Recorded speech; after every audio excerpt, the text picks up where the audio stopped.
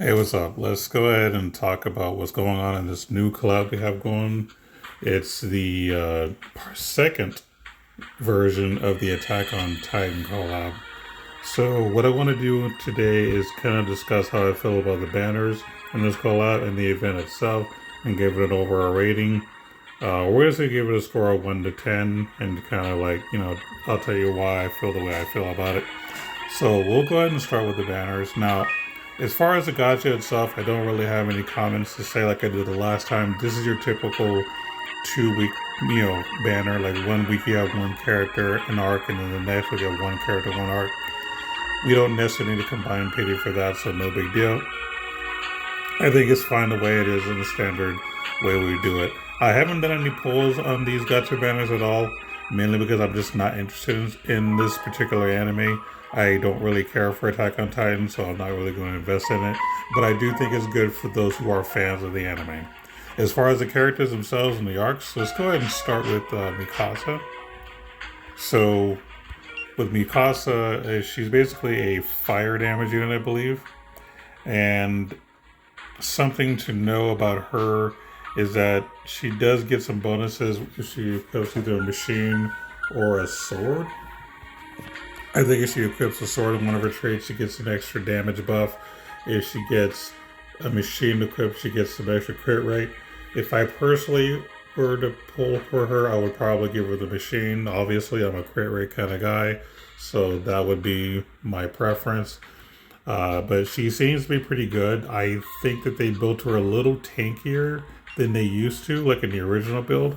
Original Mikasa was very squishy. It was difficult to keep her alive without a healer.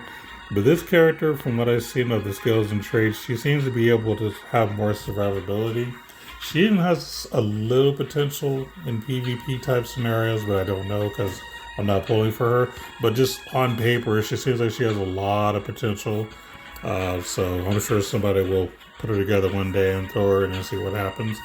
Overall, I think she's a decent character. So if you pull her, I think you got a decent pull. A decent physical DPS character. If you're lacking in the fire physical damage department, she will definitely fill that slot well. She's will do decent in terms of fighting bosses and stuff. I don't think she specializes specifically in boss fighting or PvP type stuff, but I think she's just decent in both. But not, she's kind of like a jack of all trades, a master of none. That's how I see her, but I think she'll be a good pull if you get her. As far as the arc is okay. The trait's just fine, nothing special about it. Don't really want to talk about the Aether reward. It's fine, nothing to really brag about. I think the best thing probably about this maybe are some of the learnables. I think that Sharp Blow is pretty good if you're into crit stuff, but I know a lot of people aren't into that. But this is mainly crit damage and damage cat to bosses. So if you're into slaying bosses with crit stuff, this will be good for you. I also like Fire Ensemble. I think that's decent as well. But overall, it's an okay arc. I think it's decent. Nothing to really chase, but I think it's decent. I think the real winner in terms of the gacha is Levi. So Levi, I believe, is a dark damaging character for dark physical DPS. Something to know about this character in terms of a special, he does have true dual wield. Now, for those who don't know, the difference between dual wield and true dual wield is that true dual wield doubles the hits of physical damage and specials. Regular dual wield only does physical, but not specials. So if you're the kind of person who likes to build characters with lots of special damage, this is definitely the guy to get. On top of that, if you just want a character that's really, really good at destroying bosses, 100% this is your guy to get. I think this guy is really, really has a high potential for doing good in PvE type stuff for boss slaying. Like this guy is fantastic. I think he actually literally has boss slayer in his trait. So you literally get a slayer anytime you're fighting a boss, which means you get all the bonuses with anti-type boosts and stuff like that. And of course, he does come with some good passes as well. But just understand that he is the boss slayer right now. He's going to be really, really, really good. He's definitely out there as far as like top, like in the tiers. I think it's pretty close to the top. He's really has a lot of good potential. So definitely a good pull if you get him. I think that if you're choosing to pick between Mikasa and Levi, I think Levi is going to be your best bet in terms of characters. Here's the other thing. This arc is actually pretty good. The has a really decent arc trait. I think it's pretty decent. The learnables are actually pretty good too. I'm not going to talk about the Ether reward because I don't really care. But I do think that the Odium Gear mindset's interesting. The Wings of Freedom is also interesting. And then Special Breakthrough 3 is also interesting. So if you're the kind of person that likes to deal lots of damage with your specials, again, Special Breakthrough 3 will definitely help you out. So overall, I just think it's a really good arc. It's definitely the better of the two. So basically, this banner is the best banner in this particular collab. Really, really strong character and a pretty decent arc. So good job on that. As far as the event, I think the event is fine. It has its own map. So basically, we're just having to beat up the same boss over and over. Kind of like what we did the first time we had this. So, you know, it's nothing super duper different. And then, of course, you have your headquarters. So if you've done enough attacks and you get the scouting progress bonus, you get to do this fight. And you get lots of good rewards at the headquarters. So definitely do that whenever it spawns for you. If you have ability tower, if you're into farming that.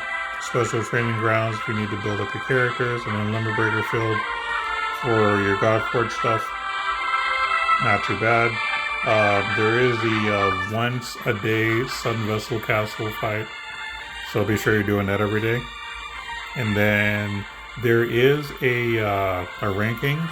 So let's go ahead and briefly talk about that. Now, I don't want to show my strats for this particular thing, but just letting you all know that there is a ranking event going on for this. What's interesting is that this is happening on week 2. So normally ranking events typically happen on the 3rd week of a collab, but this time this is going to basically be a short collab, so they're only doing this for a week, which is fine. I don't really mind. One thing that I also want to say is this particular ranking format is different.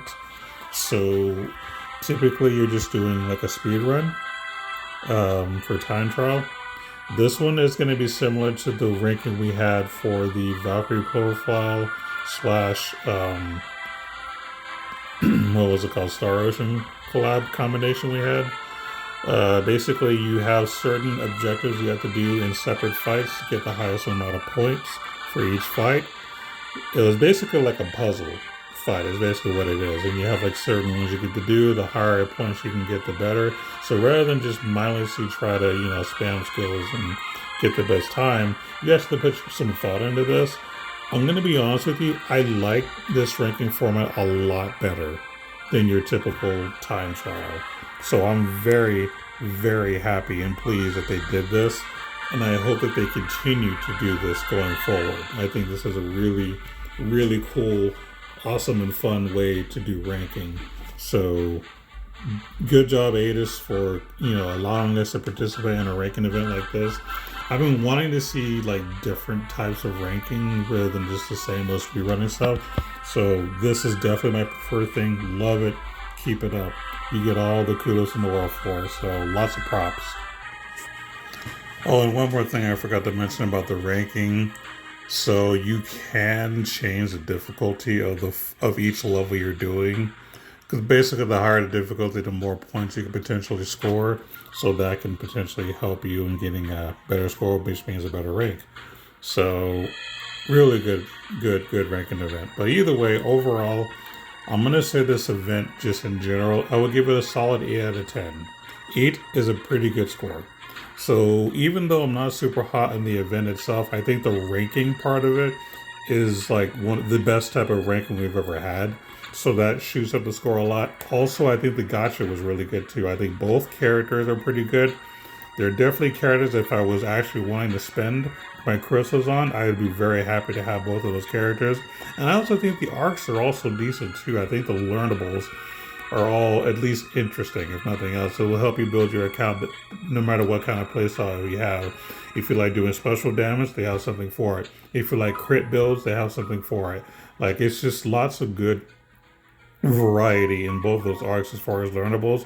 So overall, I think Adis did a really good job with this event, with the gacha and with the ranking itself. So, like I said, the only thing that I'm not super hot on is just the event overall. It's an anime collab, so you're not gonna, I wouldn't expect too much. But for an anime collab, it was actually decent, which is why I'm giving it a pretty high score. So that's going to be more or less it for now.